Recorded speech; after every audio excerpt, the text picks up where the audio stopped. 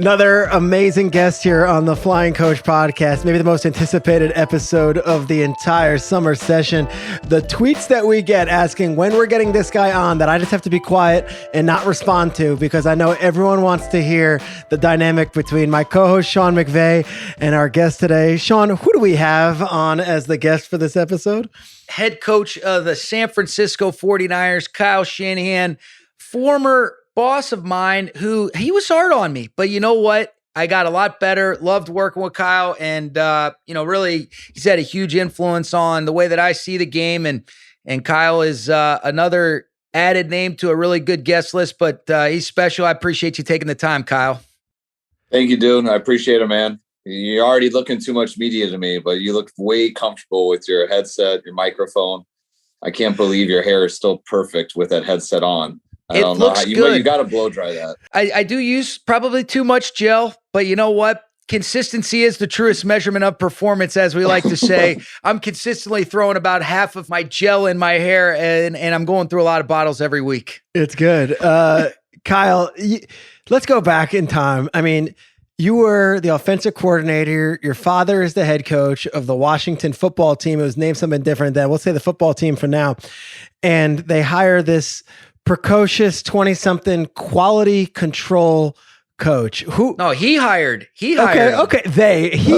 All right, what did you know of Sean, and what were those first years like when he came in as a young assistant entering the league? They were awesome. I mean, we all went out to Washington together. It was cool going there because it was the first time I got to work with my dad, and so we go in and it was just my dad and I at first, and we got to interview a bunch of coaches and as he put together a staff. And he told me a lot about Sean, who had been recommended from Bruce because he had been with John for the previous couple of years. And actually, Sean, you took over from me, right? I did. Well, Nate Hackett, and then I came in after that. So we both had the same job to start out in Tampa. You're saying? Yeah, in Tampa. So I understood how Bruce knew him and what he had done for Tampa those 2 years because that was my exact job also. And then John got let go of Tampa. So Bruce sold him to my dad, and my dad was telling me all about him. Like, oh, this would be awesome. Let's bring him in. And he came in and he gave an interview as Boy Wonder. His hair looked the exact same. He was probably a little more jacked, but not much. He's always been jacked. And he was exactly Boy Wonder. My dad asked him a football question about, I think, a slot package, and he didn't stop talking for 45 minutes. And just went ham on it. Like, just killed it from every aspect, and just totally, my dad was just jaw dropped, like, This is unbelievable. And right when we left, my dad was like, we got to get this guy. And I was pumped to get him. And he was an awesome QC for me till about week 12, I think. And then our coach, John Embry, got a head coach job. And then we moved Sean to the tight end role right after that. And which for me personally, I mean, the QC is the most important guy to me. So like, I really wanted Sean to stay my QC because he was as good as it gets at it. And then you go to the tight end role, and he was unbelievable at tight ends, but I missed out on having my quality control. And then at the end of the year, we interviewed other tight end coaches and stuff for, I don't know what reason. I know Jay Gruden was trying to bring Sean, I think, as his quarterback coach coordinator right away.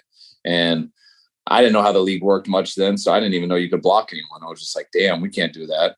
And my dad blocked him. Jay Gruden texts me like, what the F, man? Like that's like, I'm just the coordinator. I didn't block him. And then fortunately, my dad ended up giving him the job they deserved. And it was 4 fun years together. Sean, what were the duties of a quality control coach? And the people at home listening, what is that? So basically, Kyle's assistant, you're doing all the breakdowns, you're drawing the pictures. And then the cool thing about what Kyle does is he empowers you. And so if you're going to come with play suggestions and stuff like that, he's going to make sure that you got all the answers. You got to be buttoned up. Like, I think this is as good a reflection as anything about Kyle. When you look at who have been QCs for Kyle Shanahan, because there's a lot of guys, the connection between Kyle and myself was working for John. But when you look at the coaches that have worked for Kyle, Matt LaFleur, myself, Mike McDaniel, Matt, and Mike LaFleur. Those have been really the last 4 quality control coaches that have worked under him. And really you learn to see the game through a totally different lens. I've said this on multiple occasions. I mean, this guy, he sees the game different than, anybody really, like a lot of people, because he's so smart. He understands all 22, but basically you're his assistant, Peter, and I give you a great story that Kyle will remember that I truly could not have the perspective on now that I'm calling plays and things like that. So early on, all right, in the season, we go to Philly. All right. And I'm responsible for the call sheet. And as a play caller, Kyle and I've kind of taken on the same kind of rhythm and routine that he does. You make all your notes on the play sheet, but you're really particular and specific about it. But when it's going to be potentially a rainy game, he and I are both guys that like to write on the play sheet. And so, hey, if it's going to be a rainy game, you got to laminate the call sheet. Okay. So we're in Philly like week 4.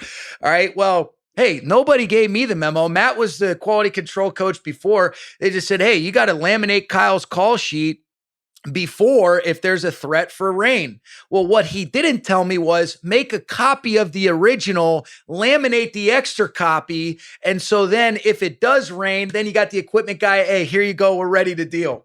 And so it's supposed to rain. So I said, hey, Kyle, give me that call sheet. I'm going to laminate this thing. And he's already assuming that, hey, I'm going to laminate it, but I'm also going to have made another copy of it. So we get up to the booth. And the rain has now stopped. All right. And so me and Matt LaFleur are right next to each other. And Kyle says, hey, where's my original call sheet? I know this is the copy that's laminated. And I said, what the hell are you talking about, man? He says, you gotta be. And Matt's looking at me like, oh my God, you forgot to make a copy of the call sheet. And so Kyle is pissed, and I would be so pissed too. And I said, hey, I don't know what to tell you. It's about to kick off, and that's the only copy you got, big boy. That's fully laminated. And Matt's just looking at me, and Kyle was ready to kill me. And there was many stories like that. But Kyle, how pissed were you at me at that point so right pissed. There? And it's like, it's so pissed. And I'm just, and Sean was a hard guy to get mad at because he is boy wonder, and the guy's only messed up like a few times in his life, probably until this point. Like Mr. Georgia football, was get out of here. Player, can do everything. Like he's, John Gruden, everyone talked him up right away, and he's really only impressed people. And he can see in my face that he just broke my heart. That was it. And Sean doesn't want to accept it. Like he's just like, you got to go, man. You got to go. And then I thought I was the best QC ever. Matt LaFleur thought he was the best QC ever.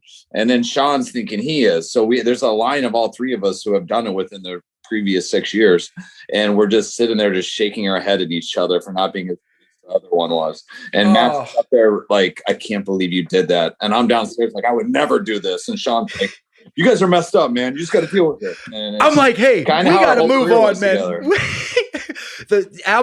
How many times, Kyle, would you have to? So Matt and I, that's funny that he mentions that though, Peter, because one of the main responsibilities during games, if you're going to be up top and you're communicating down to Kyle, it's like, hey, we're kind of collaborating on, hey, what did you see coverage wise? What did you see? Was this a pressure, whatever? And I can't tell you how many times there would be, Kyle would have to tell, hey, you two up there, quit arguing and just answer the coverage answer the coverage question. We're all young, we're all competitive, and we're all kind of dicks, but we're all really good friends too. So it's just like this dynamic. And then you have Firster on the staff, you have Bobby Turner, you have my dad, who just think we're all kind of messed up a little bit, but they also know we're good at what we're doing. So it was just this unique show. And every game, Matt and Sean, the way they'd compete to get the coverage right. I would remember I'm trying to call a play in the second half and they're bickering about something and I can't focus. What are you two talking about? They'd be like, that was a zone dog in the second quarter. No, it was a man pressure. No, I'm like, guys, I don't give a shit what it was. So what's the down and distance? And so it was always like that. And if I would ever hesitate on a play call, Sean, just how wordy he is and articulate, and he would just spit it out real fast and be like, God damn it, Sean. I'm just thinking about changing my mind. I'm not struggling with the play. Settle down. I was so annoying. Oh my God, this is exhausting.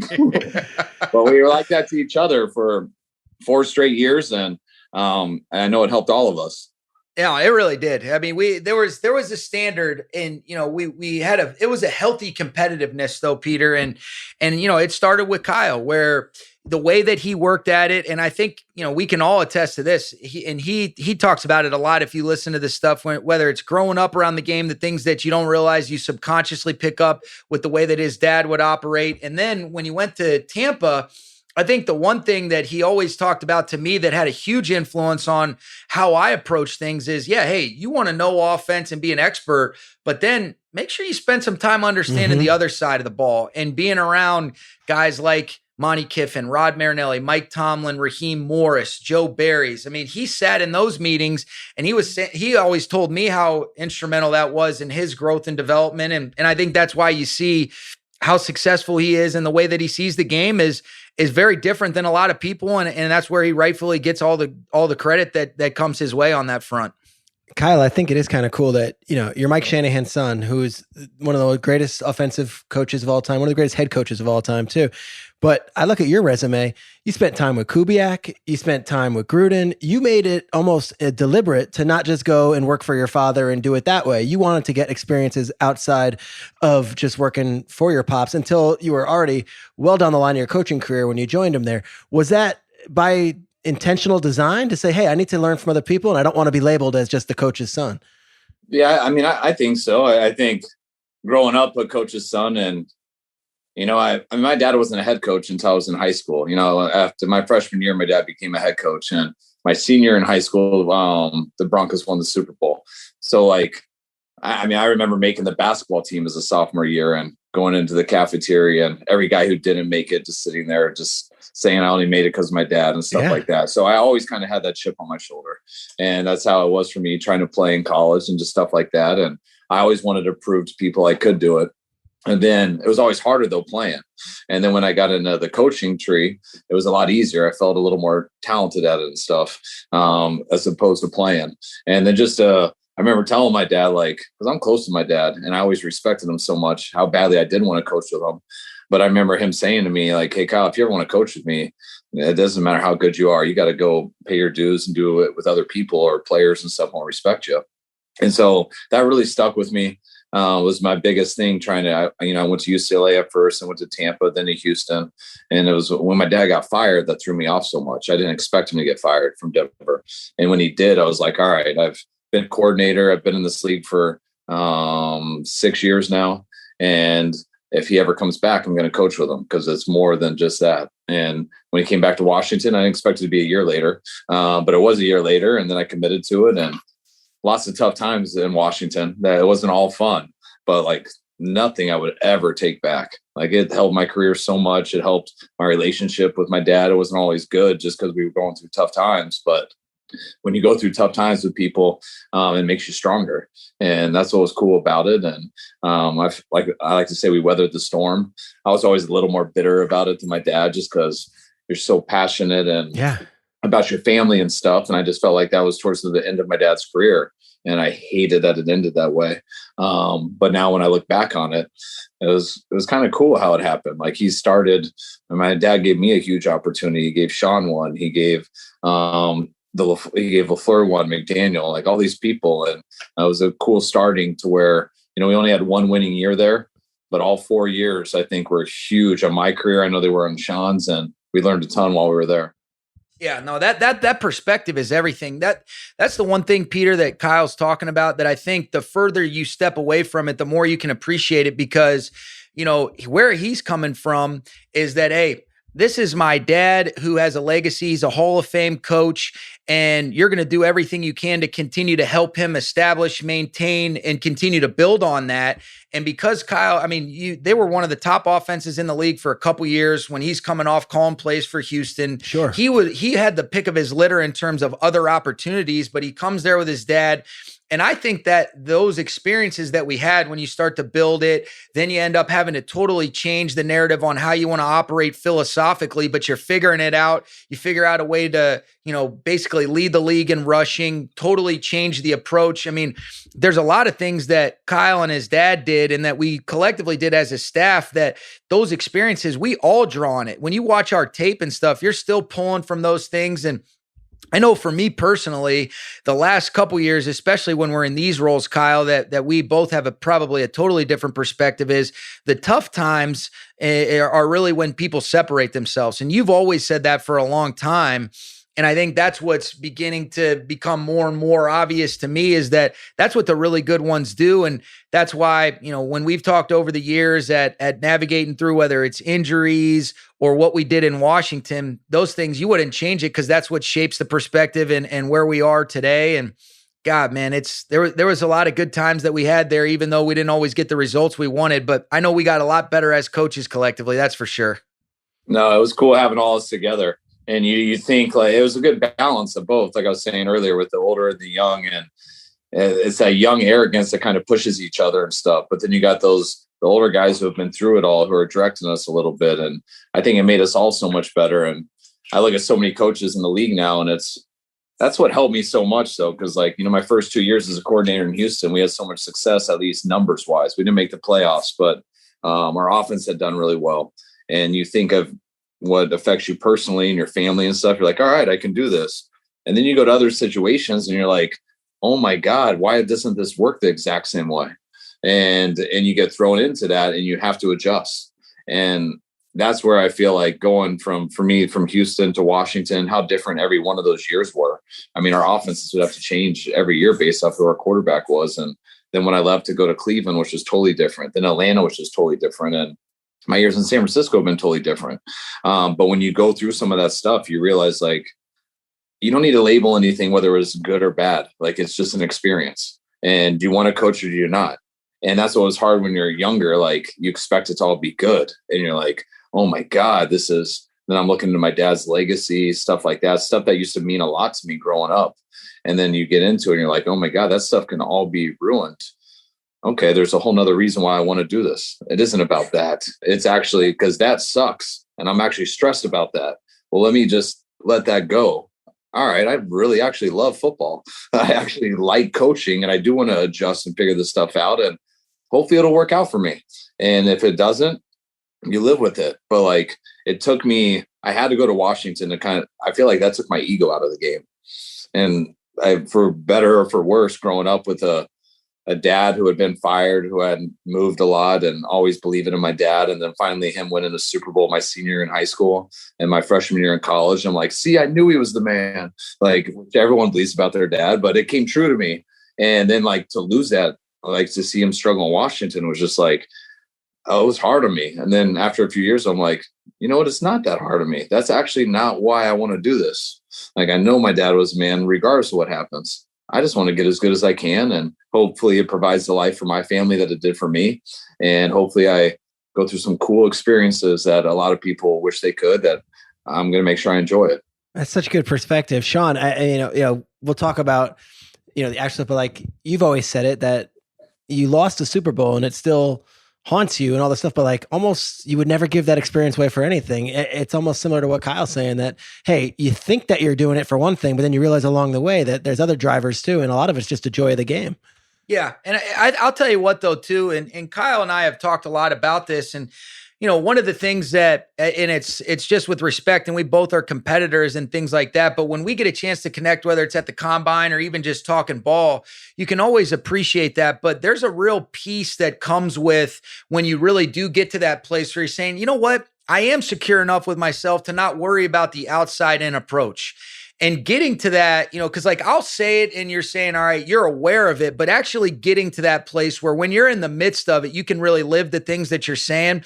I've witnessed him do that.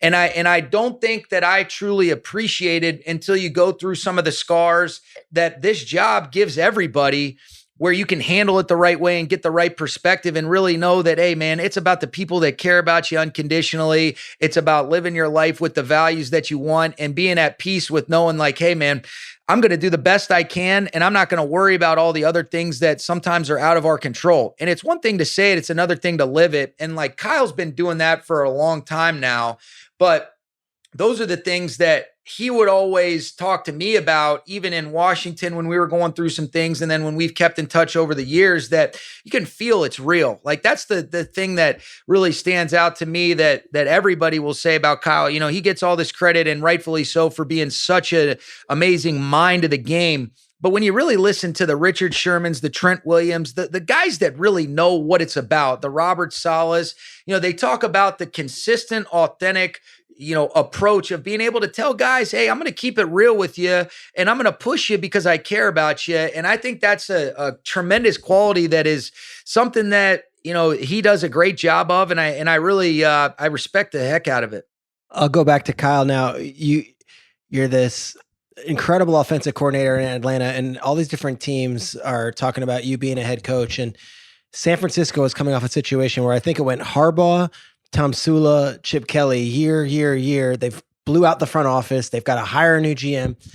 You decide you want to be the head coach of the San Francisco 49ers. Why did that job appeal to you? And what was the situation with you and John Lynch, who I've shared on this podcast before? I was on the broadcast team with Lynch that week in Atlanta, where it was Kevin Burkhardt, John Lynch, and myself for a playoff game, Seahawks versus Falcons in Atlanta. And I had no idea what was going on behind the scenes while that was all going down.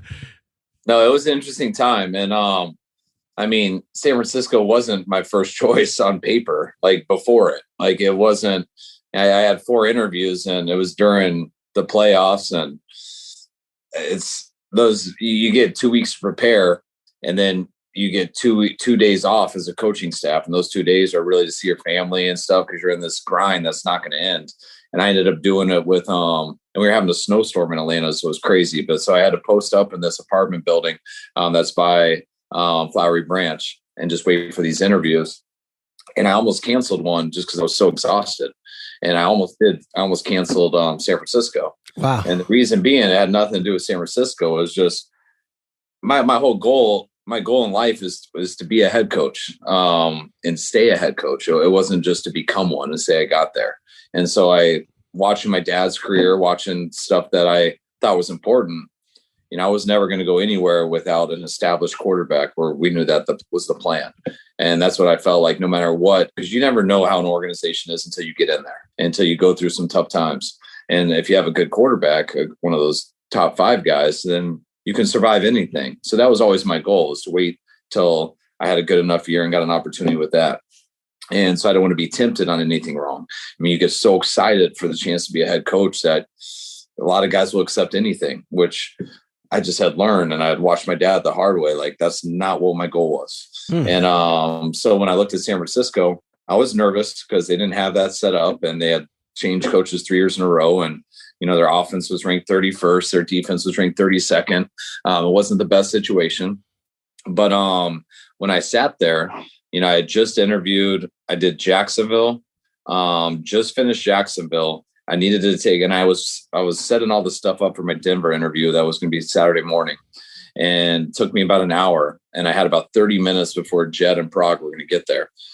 So I went and lay down in this bed, and I fell asleep, and I was going to give myself 10 minutes to wake up, put my suit back on, and just be ready, because I needed all the sleep.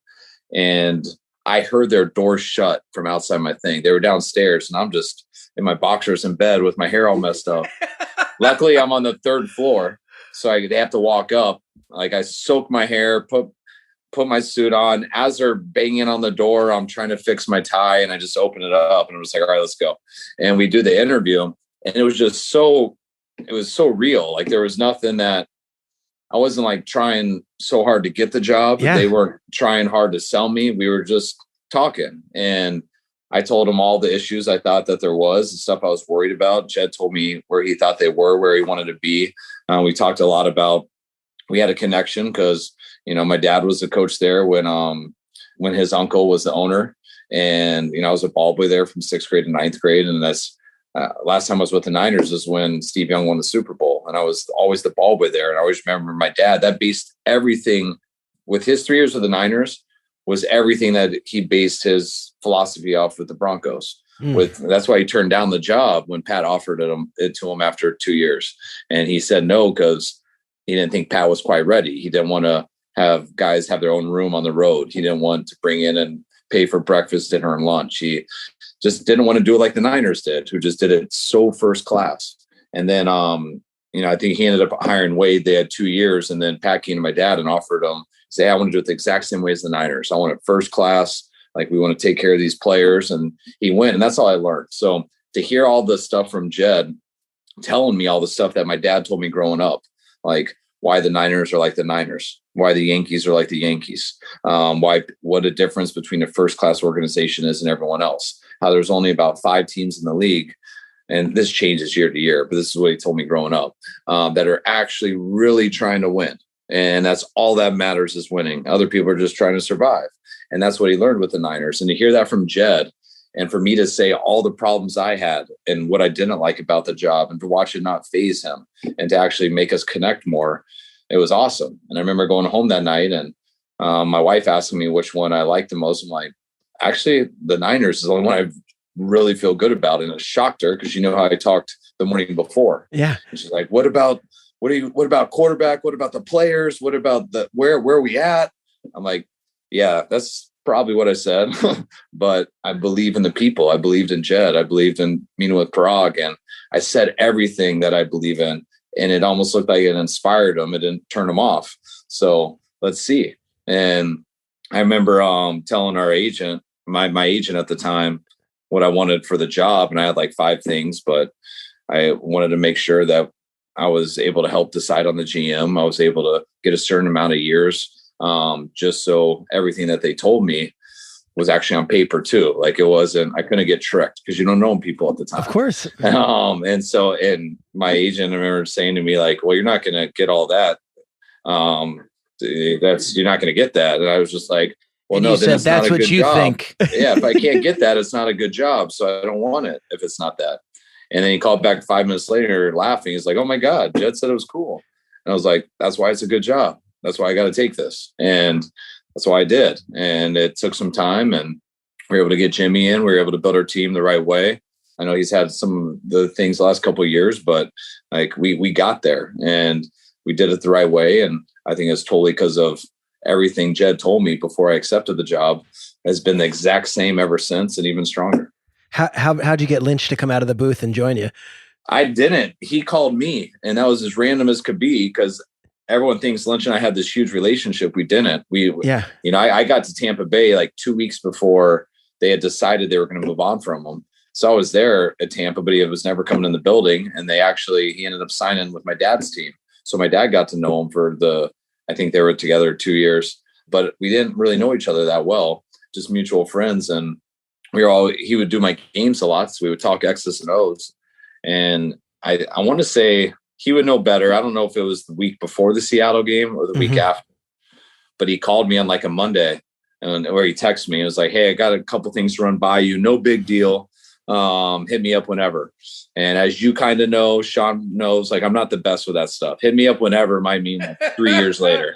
Eventually it'll stress me out, but I just don't keep up with it that well. And I remember like getting home Friday from work. My family was in town.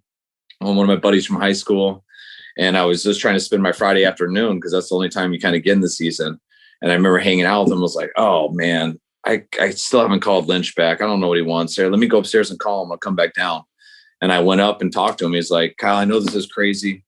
I just been having a passion about this since I've been working with John and going to sitting on some of the Denver's drafts and everything. Like, I love football, and I can't stand when I'm done with a game, no matter how fun it was and it feels good, that I just sit there and pound Kevin, and that's it. And then I just go home. He's like, I need to work with a team and go through something, and hopefully we accomplish something, but I need that feeling. And it just, everything he was saying, which he would describe better than I am now, the intentions of why he wanted to be a GM, everything was just so exactly what I wanted. And then you take in a part of it. I mean, he's John Lynch. He's Captain America in real life. I mean, he's such an honest dude, such a good football player, a Hall of Fame career. What type of guy is that nice who's like the most violent player ever? Like, that is amazing. Very unique. He's also a Stanford guy. He's much better at remembering names and being polished up than I am. So like, he can do all that. And he wanted to do it for the right reasons. And I knew I was going into a spot where I didn't know everybody. I knew we had a lot of work to do, and I knew I wanted to go through with someone, but I knew it had to be, if I'm going to go through that with someone, it has to be someone I trust. And even though I wasn't with John a lot, I could trust his reasons, why he wanted to be a GM, why he was getting into it. And that's why I can trust, anytime he says something, I trust it. It's never to get an advantage in this league. It's never to like protect himself. It's never to be famous. He got into it because his goal is to win a Super Bowl and to build a team the right way. And that's why he's doing it. And he'll do that until he gets it. And if not, he'll go back to whatever he was doing before, which was a hell of a lot better. But that's the guy I want to go to war with. And that's why I was pumped when it came out of nowhere. It's funny because listening to this, Peter, and Kyle will remember this, even going back, you talk about another connection is, so when Coach Shanahan was in San Francisco for those years, well, he developed a really good relationship with my grandfather, John McVay. And my grandfather had so much loyalty to the organization, but because he thought so highly of Mike Shanahan, there was a part of him that thought maybe I'm going to go to Denver with Mike Shanahan when he took that job because they saw it through such a similar lens, and he ended up staying in San Francisco. But all the core things that Kyle's building that program on, a lot of the things that I think we stand for, it's amazing how much influence that has on us. And how many, you realize what a small network of people it really is. Because that's really why I got a chance to interview with Mike and Kyle, was Bruce Allen brought my name up. But then also when my grandfather reached out to Coach Shanahan, he said, hey, I got a grandson. And if nothing else, he said, hey, well, if he's like if you're like him, we'll go ahead and bring him in and let him compete for a job. But like the amount of just layers and the different connections that we have, it's pretty eerie. And it sounds like I asked for those things from the Niners too, and they didn't say yes to that, Kyle. What the hell? No, I'm just kidding. You know what's funny though, Peter, is Kyle, they had done such a good job in Atlanta. And, this has been publicized or whatever, but in a lot of instances, you almost get punished for doing well in the playoffs nowadays. It's true. And, and it's like the further you go because of the way that it's kind of structured. The last seat at the carousel almost. Well, yeah, it's crazy because like I actually got some advantages because we lost in basically a play-in game, our last regular season game.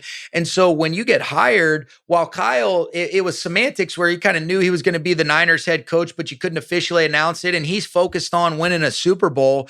Well, in the meantime, what are we doing? We're putting together a staff. We're doing some things. You're getting a chance to get, access to coaches that are looking for jobs. And it's amazing how that kind of played out where we both went through it at the same time. But you realize like the success that they had in Atlanta and when he's doing his thing, it actually forces you to kind of start, a little bit behind everybody. I saw the same thing with Zach Taylor a couple years ago in Cincinnati, and but to Kyle's credit, San Fran, that was their guy. They knew they wanted him, and he knew exactly what he wanted too. And I think you see that thing come to life with the vision and why the ball's been right in San Fran. The whole process is miserable and tough. I mean, I went into it very open, having 4 interviews, and because I grew up around it and watched my dad, and I knew I was so adamant that I wanted to take the wrong job. And I'm just so glad that I felt that way about San Francisco and they felt that way about me. But if not, it's not like the other 3 teams didn't offer me.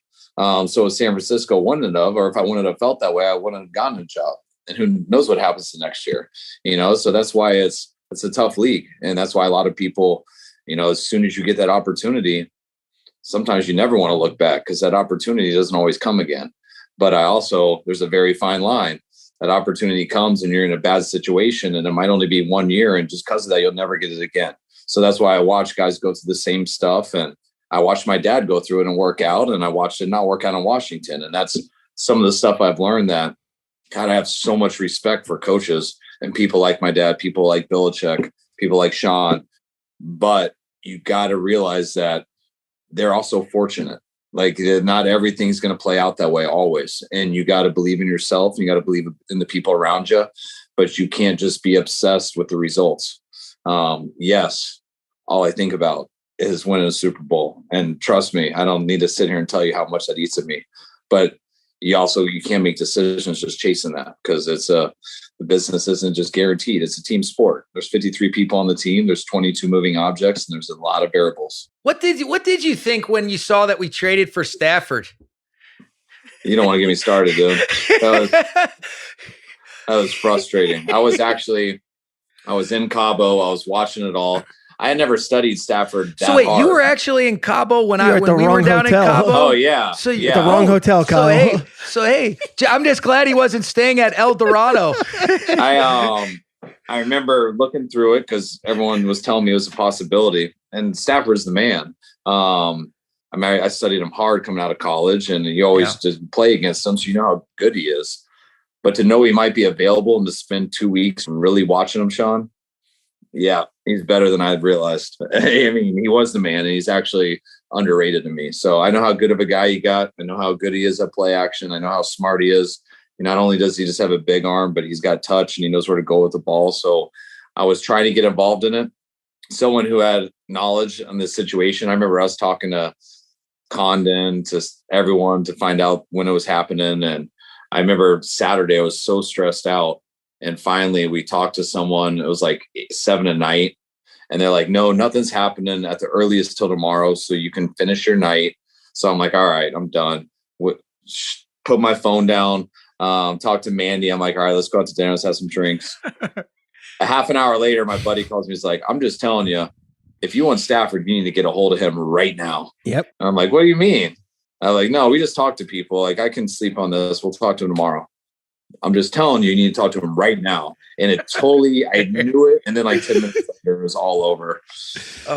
It wasn't fun. Hey, if it makes you feel any better, it came together faster than I thought too, Kyle. So. Well, the fact I was in Cabo, man, like I would have been there and I would have made it really awkward on you two to enjoy it. You would have had to tell me to leave.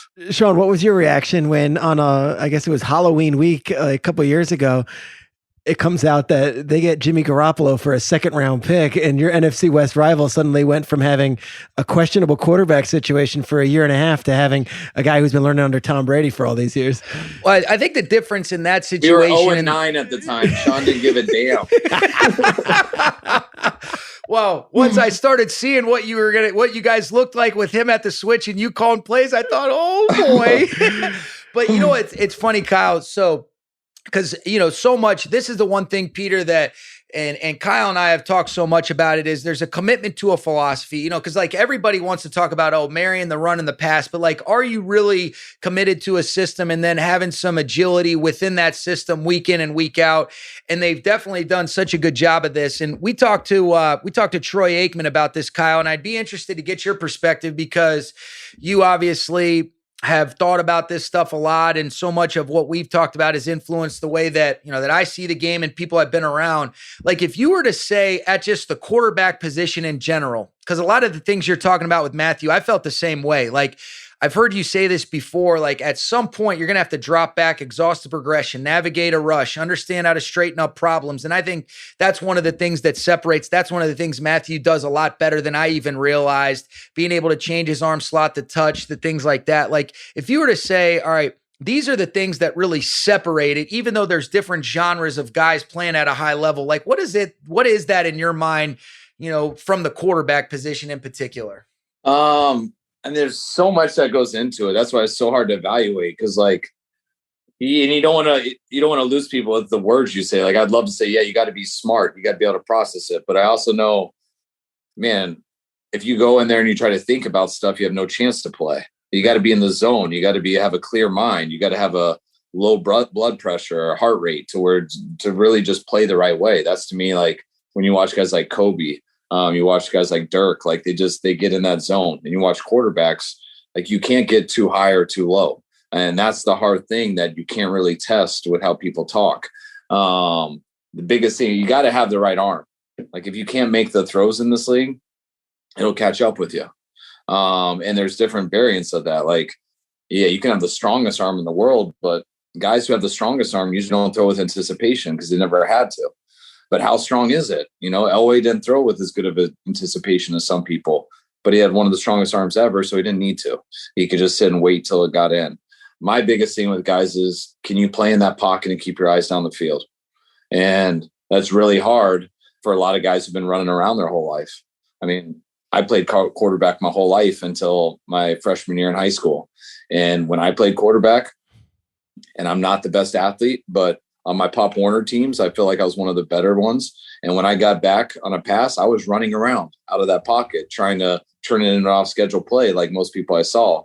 And then you get people like Peyton Manning, probably Tom Brady. I could be wrong, but I don't feel like they ever ran around. I just feel like they sat in that pocket at every age and learned how to get rid of it and make plays and just dissect people. And so they have that advantage. And then you got people who've never played that way because they haven't had to, because they're good athletes who could run around and win Heisman's over it. And in the NFL, you can do it also, but you got to learn the other part too and how you balance that off. So like I can go so many different directions with the quarterback, but if you don't bring in the running part and the running element of it, you got to be one of those rare people who can sit in the pocket, keep your eyes downfield, and not let that rush affect you. And the way you don't do that is you're either smart and it comes fast to you, or you're smart enough to where you can study the playbook. You're automatic where everyone's going to be. You could do it in a dark room. You could do it at any moment without hesitating. And that's when you got people. That's Drew Brees to me. Like zero hesitation, no thought, just you're blinking and going. And what is that? Is that intelligence? Is it preparation? It's a little bit of everything. Yeah. Yeah, no, and that's where like what he's talking about, because I mean, you can just see the depth of the thought process and things like that. But what's so interesting too, Kyle, for both of us is the experiences we've had, because everybody, I got a kick out of it too, watching from afar, how everybody ran with the narrative of what they thought you were looking for because of going back to Kirk and things like that. But there's different ways of doing elite things at this league at a different level. But ultimately, at some point, you're winning from the pocket. And it might look different based on the way that Mahomes is winning in a pocket compared to Tom Brady, but they're both playing at an elite level. And I think that's what's so hard to categorize. And then, oh, by the way, a lot of the stuff that we learned, even, and I know we knew it before, but going back to just some of the stuff that we had so much success with when you're running the show in Washington and you're changing the math, where now, okay, they're used to playing defense where it's 11 on 10. They never have to account for the quarterback. And then if we can change the math in those ways, that's an even bigger winning edge. But at some point, there's going to be those third down crunch time decisions. And I've heard you talk about that. And that's why I bring that up, because it's the depth of the conversations can go on. But when you're really looking at it, it's like, all right, how do you envision these guys fitting in with already what you have in place? And I think that's why you're excited about your guy, and why you've also said, hey, it doesn't mean that's exclusively how you have to win, because look at what you've done with Jimmy or other quarterbacks that you played with, and the good coaches figure it out like what you've done. No, and that's what's crazy about a sport, and it comes to coaches too. But whether it's Peyton Manning, Tom Brady, Phillip Rivers, Roethlisberger, like all these guys, Russell Wilson, like Aaron Rodgers, like every one of them, and the way they win and the way they're great is slightly different. And you're going to be judged off of, you can be thrown in those people with the stats and how many games you won over your career. And they're going to always be at the top who won the most Super Bowls. And then you go back to Elway, Young, Montana, Aikman, like they're all different. And that's what's crazy about the sport, because when you're the quarterback, when you're the head coach, you're going to be judged at the end of the day on your Super Bowl wins. But that doesn't tell the whole story. That means you were a bad dude who was in a very small percentage of these quarterbacks, I'm saying, who also was on the right team. And it's too hard to say you're splitting hairs on who's this or who's that, because they're all great.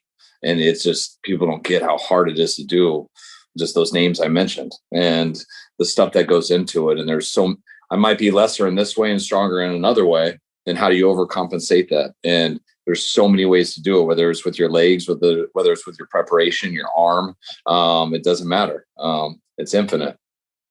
Kyle, you talked about, or Sean talked about, everyone thought you were taking one guy based on your success with Cousins. I was one of them. I was one of the many that were out there saying, oh, it's Mac Jones, it's Mac Jones, it's Mac Jones. You and I would text, but I never get anything from you anyway.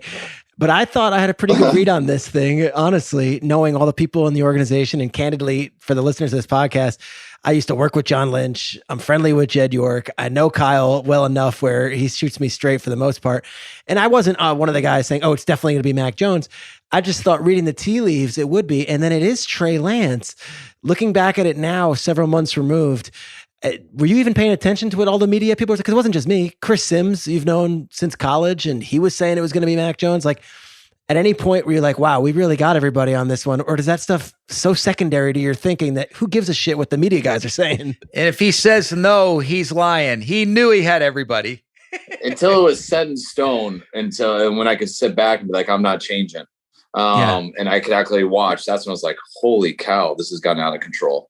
Mm-hmm. But like when you have, the reason we moved up is because we felt, I think either one would have been a good decision. Like you're not moving up if you don't feel good about both of those. And if it would have just been one, then we would have said no. Well, we probably wouldn't have said because it's still risky. Yeah. But we would we really would have, either one of those players would have been a great pick in my opinion. And the third guy with Justin, like he would have been a great pick. Sure. So it's just what direction do you want to go? And there's so many things that play into it and you got to make that decision. But I didn't blame people at all for thinking it would be Mac Jones because Mac Jones deserves that. Like he's that good of a player and he put it on tape for a whole year and everyone did want to relate me to Kirk and stuff because that's the only guy that I was openly going for as a free agent. So people talk about him, but Trey brought another element and it doesn't mean that he's better or worse. It just means he brought another element that over the course of us studying it really intrigued us. And that's a direction that I would love to go and would always have wanted to go. But the guy's got to be able to do it all. And Trey sold to us that he could. And that's why I'm excited to work with him. And it's up to us to get him to do it. Sean, I'm sitting there on Good Morning Football and I'm like, here's the deal with Mac Jones. He's a tennis family and the tennis family, the pocket presence, the footwork, everyone's like, Schrager knows something. He wouldn't be doing this big Mac Jones tennis analogy. I'm like, I honestly don't know anything. I don't know who they're taking. And it turns out I was completely wrong anyway. So I appreciate your job though, because your analysis were right on and they were awesome. They were accurate. So is your job to be good and know what you're talking about or to predict the future? It's a great point. And that's what you're right. It's like, who cares what I had in a mock draft? It's, did I present the case and did everyone present the case? And I think at the end of the day, everyone gets so caught up with like who got what right, but who gives a shit about a mock draft at the end of the day? That's what I like when I watch people in your line of work. I like to watch guys who just think about it and really think of what makes sense based off of what they believe, based off the history of someone they're studying. And that's what I feel like you do. What sucks is then people judge you because you're wrong. Is your job to be sneaky and get all the scoop on everyone? Or is your job to study stuff and just give an expert opinion? I appreciate that. And that's where you don't want to get caught up between the two because there are some on one side and some on the other. You can go both ways. And I don't know. I respect one a lot more than the other. I appreciate that, Kyle. Well, no, you know what? It's funny though, because I didn't see it. We weren't in the quarterback market, obviously, in the draft, so I didn't study a lot, but I had blinked, Alabama's film enough to see Mac Jones where, hey, he's not watching the rush. He's keeping his eyes down the field. He's a natural thrower with his base balance, body position. You see a lot of the things that, you're trained when you're in Washington saying, man, I see a lot of the things. And then the system that they're running, there's a lot of concept carryover. So it's an easier evaluation and projection. So like people ask me, they're like, does the Mac Jones thing make sense? I said, yeah. And here's the one thing that I've always respected so much about Coach Shanahan and Kyle is that there's the work that goes in. And so there's conviction in their core beliefs, whether or not that's the narrative outside or whatever is the appropriate or what should be the response. I thought there was a possibility that Kyle was going to go Pitts at 3. Really? And say, you know what? No, in all seriousness, because he's such a visionary. I'm telling you, I didn't think it was going to be a crazy thought because you go back to when New England had the 2 tight end set and they were doing things totally different. You think about what Kittle, and then, the thing that makes sense is that, hey, Jimmy's produced all the way. This isn't a production thing. This is an availability thing that you're saying, all right, we can't have that, like all the things. But I was like, if it's not Mac Jones, and I hadn't studied Trey just because there wasn't a lot of film exposure going back a couple years and we weren't in that market. So I didn't know, other than watching him throw at his pro day, that you're saying like, all right, you can see a lot of the things that you would like and that would make sense. But I just Sean, don't know. Can I interject here? Because the number 4 pick was Atlanta. I could tell you from sources there. until the pick was in, they thought there was a chance that San Francisco was taking Kyle Pitts too. And I see by Kyle, he thought about it too, man. Don't let him tell you otherwise. Being quiet, isn't it? No, I'm kidding. But but those are the things that you're saying, man, I don't know, but it's a refreshing take that they have where, hey, it's like Kyle's going to do the work and he's not really worried about the outside in narrative. And I'm going to make a decision that's best on the preparation, the work that goes in. And that's been a consistent thing that, you know, you see it and there's always a reason behind it. You know that this was a deliberate, thought out process, but he had everybody fooled and he got the people that we know we'd be looking to fool us as well. Well, you messed up my Saturday night in Cabo, so I had to fix it some way. Kyle, coaching against Sean, I know you guys, obviously, this is what gets dynamic here and it gets really interesting because your fan bases absolutely hate each other. You guys have a real healthy competitive spirit against each other. But what's it like coaching against a guy that you know so well and the relationship that you guys have had so long over the years? And also the fact that you want to beat his ass when you play against him because they matter in the division. No, it's why I wish he wasn't in our division. It sucks, man. It's like, why do you think, I mean, that's our biggest fear in Julio is that Sean's going to go for him. Like my first choice is, I just wish Julio would go to the AFC, but if he's going to the NFC West, we got to make sure we get him. Because it almost ends up being an arms race because I know how good a job Sean does. I know how good of a job Pete does. I know how good of a job Cliff does. And everyone's got quarterbacks. So that's actually the most frustrating thing for me. I always say, let's do it the right way, which there's no right way or wrong way, but like, you don't want to have to risk your future to compete in 1 year. And that's the hardest thing about being in our division. Cause I know how Sean rolls. It's very similar to me. And I can see the other two guys in our division. So it's Julio would have helped everybody, but you know what it's doing to your organization for that year and for the years to come. And that's a really risky thing. But man, if Sean's getting them, I'm going to risk that. And I know that's how he thinks. That's how we all think. Cause totally. You gotta compete with your division first. And I know the coaches, I know the quarterbacks, I know the organizations in our division are really competing that way. And that's what makes it tough. Yeah, that's the thing, Peter, I would say, and Kyle and I have talked about this a lot. You know, we both are competitors and love it, but the one thing that you miss out on being in the same division are the ball conversations that you'd love to have that we had when we worked together. Like, that's the one thing when Matt was in Tennessee for a year, you know, when we were working together, when Kyle was working with him, but then when you go to another AFC, you know, cross conference, you're not going to play him. You know, you can have different levels of dialogue that, you know, Kyle and I, we're seeing each other twice a year. And that's what sucks is, it's weird saying now 15 other games. That's going to be eerie, but that's the thing that you just wish, like, you're like, man, it's so fun and we're competing against each other. But the conversations and the level of dialogue just about ball and philosophies and kind of how things have evolved, you have to be a little bit more guarded. And that's not fun because that goes against our nature when you get together and you want to have a couple drinks and talk some shit to one another and have fun. And it's still like, all right, well, when the schedule comes out, you know, maybe he forgot about that little tidbit I threw in late in the night at the combine. But it's fun, but it's a shitty part of it. And it's the mind mess. It is that tidbit he threw it at the combine. Was that a tidbit he didn't mean to say, or did he mean to say it? It was a lie that he's trying to mess with me on. So like, it's like, all right, I'll just talk to him next year. Yeah.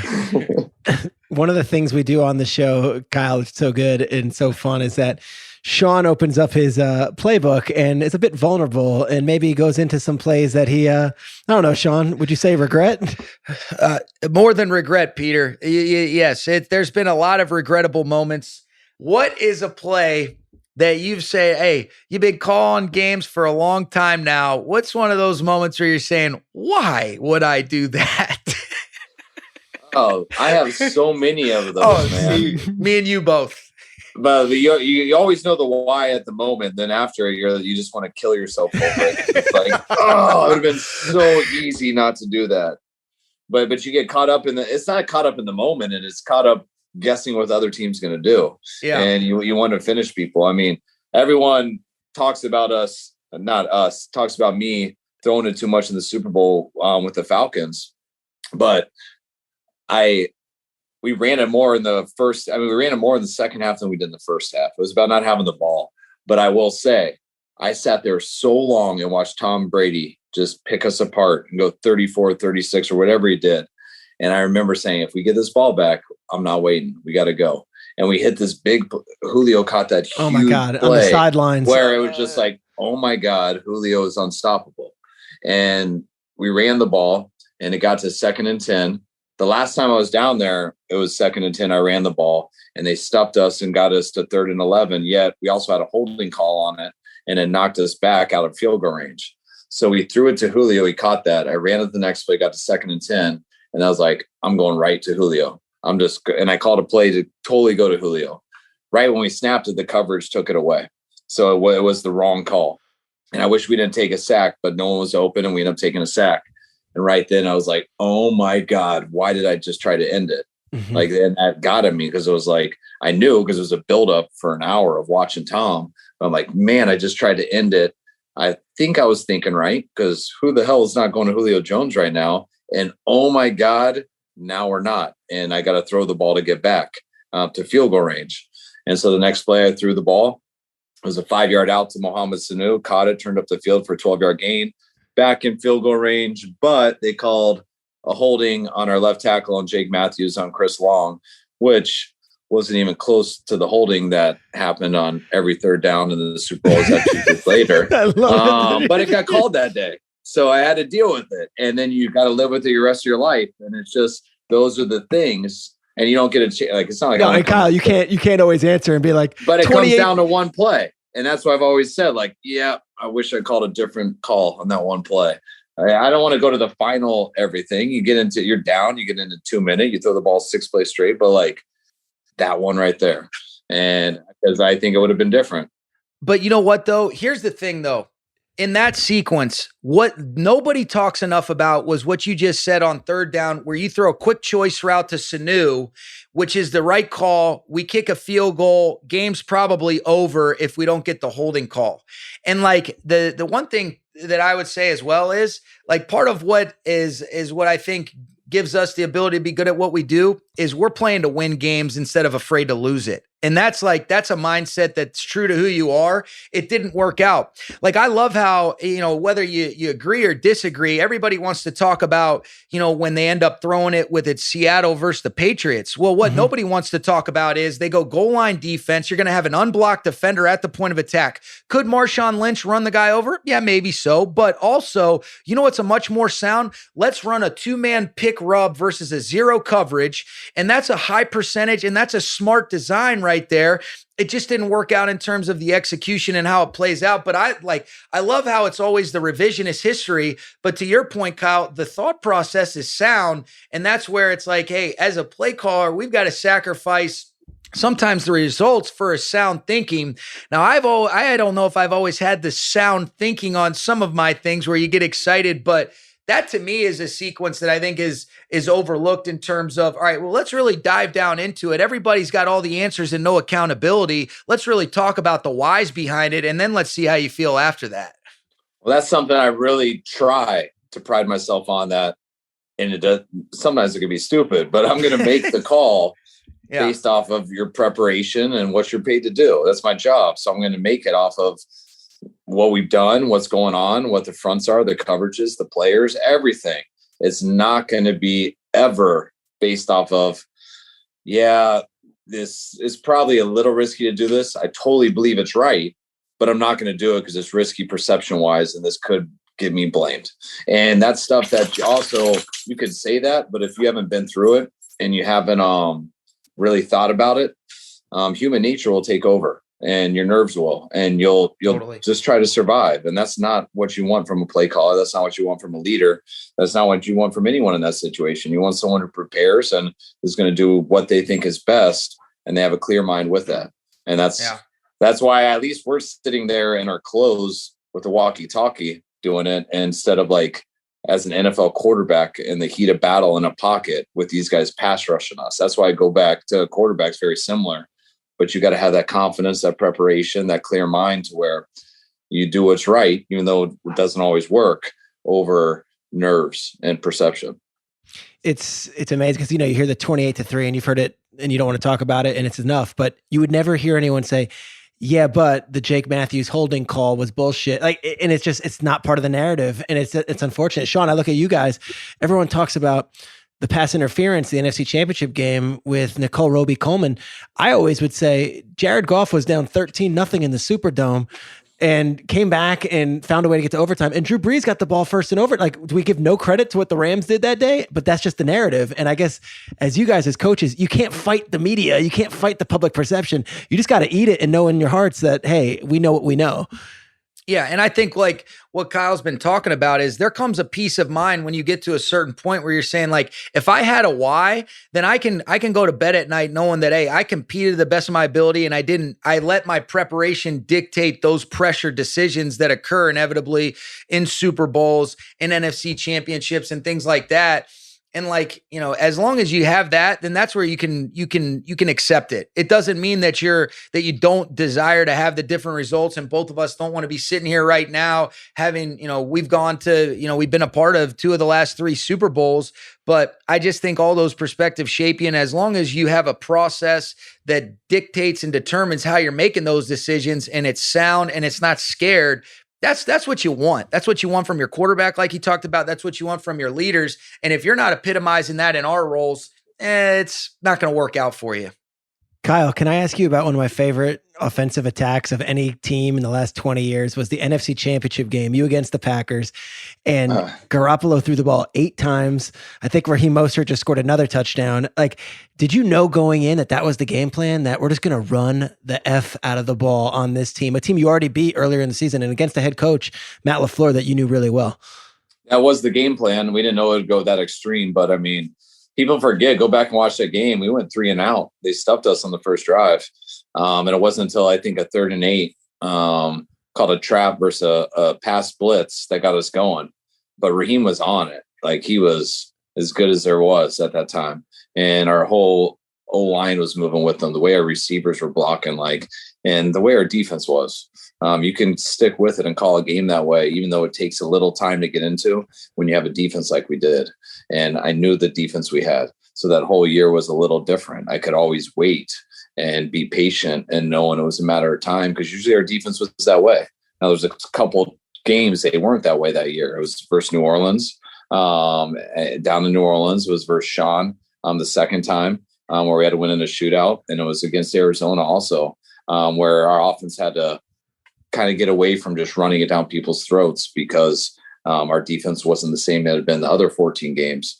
But that was fun. It's very rare you can run the ball that much. And when you do it that way, there's just something about it that, especially in 2019, different. Where that's not the norm. It's so cool to see it. Right. Well, it was crazy to me that people blame Jimmy for it or something. We didn't trust him or something. It's what is wrong with people? We're running it down their throat and our defense is stopping them. What do people want us to throw it for?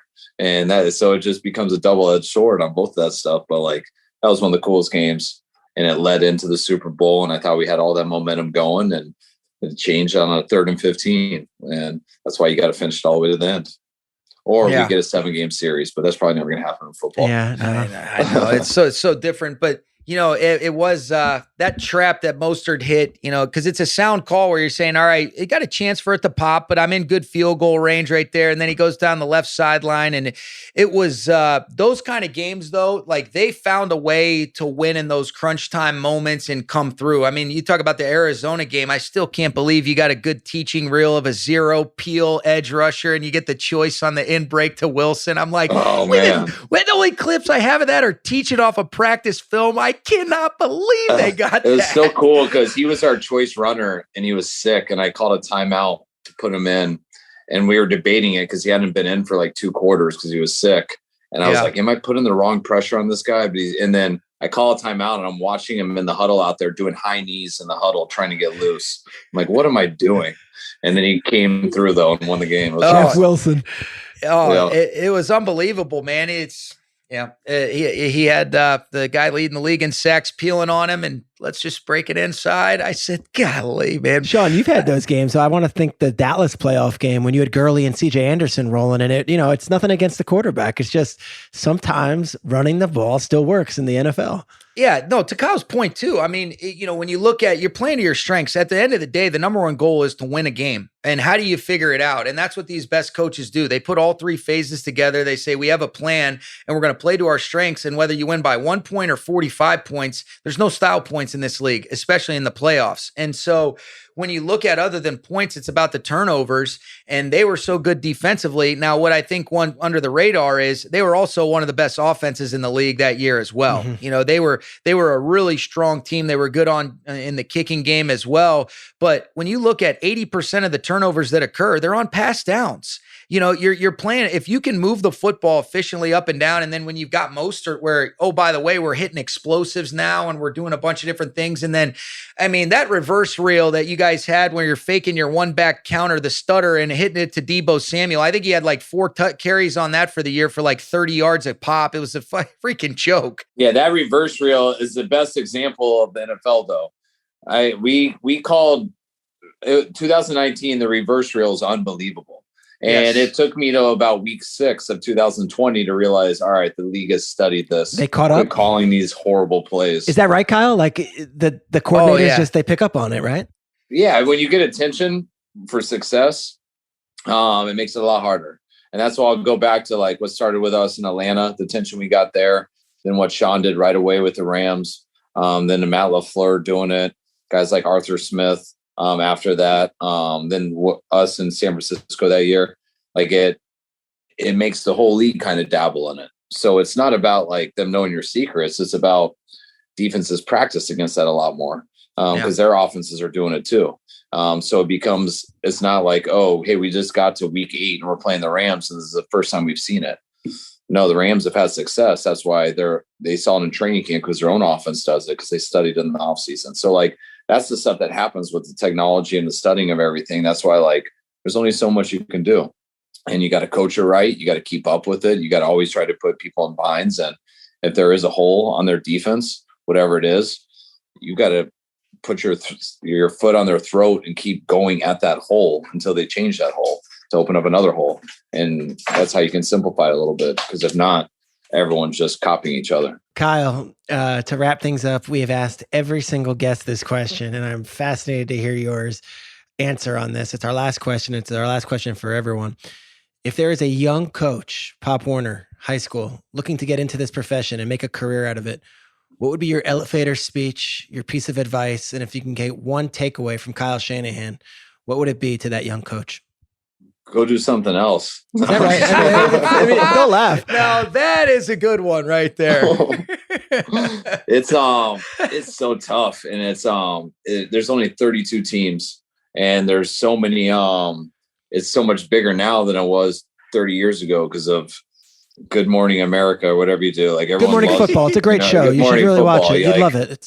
It is awesome. It's very good. It's my favorite one. But like there's so many people and it's so competitive and that's great, but there is only 32 teams. And so if you want to get into coaching in professional sports, make sure it's for a certain reason. Like make sure you truly enjoy the sport. You truly enjoy coaching, and you'll be happy whether it's high school, college, NFL, whatever. But if you get into it just to be an NFL coach, it's a tough life.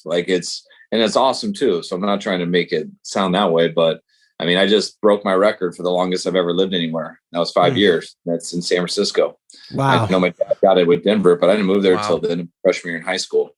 And so you move a lot. And you can be a really good coach and that doesn't mean you're not going to get fired.